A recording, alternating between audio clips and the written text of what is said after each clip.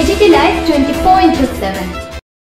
কিন্তু সরকারে যাওয়ার সুযোগটাকে কাজে লাগাবার জন্য চুক্তিটা স্বাক্ষর করেন, কিন্তু এটা তাদের কাছে ছেঁড়া পাতার মতো, কলা পাতার মতো সরকারে বসে তারা যে করে না।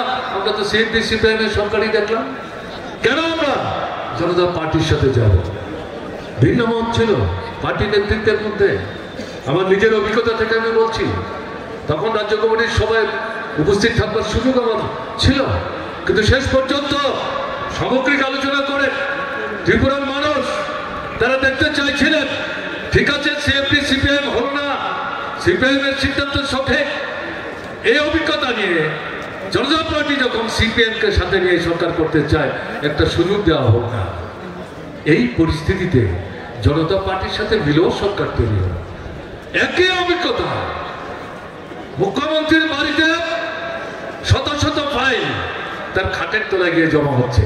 ফাইল দেখবার সবাই কোথায়, তাদের কিভাবে লাভ লুট ইত্যাদি তারা করতে পারেন এই স্বল্প সময়ের মধ্যে, এই নিয়েই তারা ব্যস্ততায় কাটিয়েছেন। এই পরিস্থিতিতে আবার 3 থেকে 4 মাসের ব্যবধানে মার্ক্সবাদী কমিউনিস্ট পার্টি আলোচনা করে এই সরকার থেকে সমর্থন প্রত্যাহার করে সেখানে দাবি করল এই বিধানসভা ভেঙে দাও, রাষ্ট্রপতি শাসন জারি করো। যদিও নীতিগতভাবে মার্ক্সবাদী কমিউনিস্ট পার্টি রাষ্ট্রপতি শাসনের বিরুদ্ধে, কিন্তু ত্রিপুরার যে পরিস্থিতি, এই বিধানসভা বাঁচিয়ে রাখা মানে এই ধরনের সুযোগ সন্ধানী যারা তাদেরকে লুটের সুযোগ করে দেওয়া হবে। তাই দাবি করা হলো বিধানসভা ভাঙো, ভাঙলে স্বাভাবিক কারণে রাষ্ট্রপতি শাসন হবে।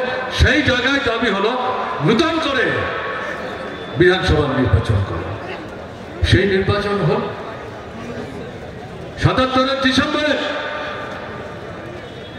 77-এর লোকসভা নির্বাচনে মার্ক্সবাদী কমিউনিস্ট পার্টির 2 জন প্রার্থী রিপেন চক্রবর্তী দর্শক দেন, দুজনেই পরাস্ত হয়েছে।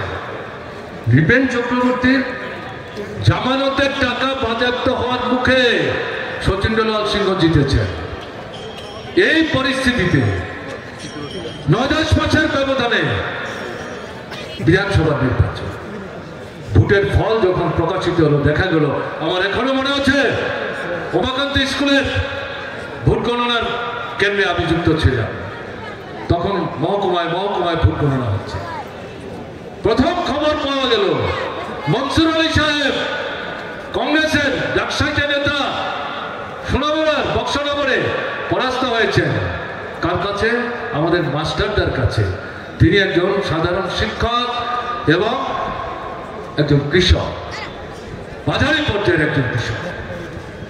বিশ্বাস করছে না কংগ্রেসের নেতারা। পরে যখন খবর নিলাম, দেখা গেল এটা সঠিক। এই করতে করতে দেখা গেল 7 আসনের মধ্যে 56 আসন বামফ্রন্ট। তখন বামফ্রন্টে সিপিআই ছিল না, সিপিআইএম আরএসপি ফরওয়ার্ড ব্লক, তারা 56টা আসনে জিতলেন। কংগ্রেস একটা আসনও পায়নি।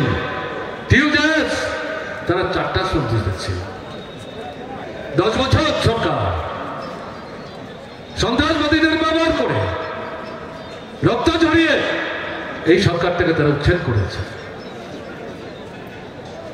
কংগ্রেস টিউজেস তারা 5 বছর সরকার চালালো, আধা ফ্যাসিবাদী সরকার, গণতন্ত্র আক্রান্ত, নির্বাচন হয় না।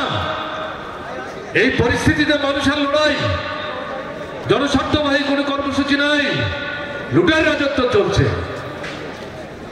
সেই জায়গায় নির্বাচন আসলো,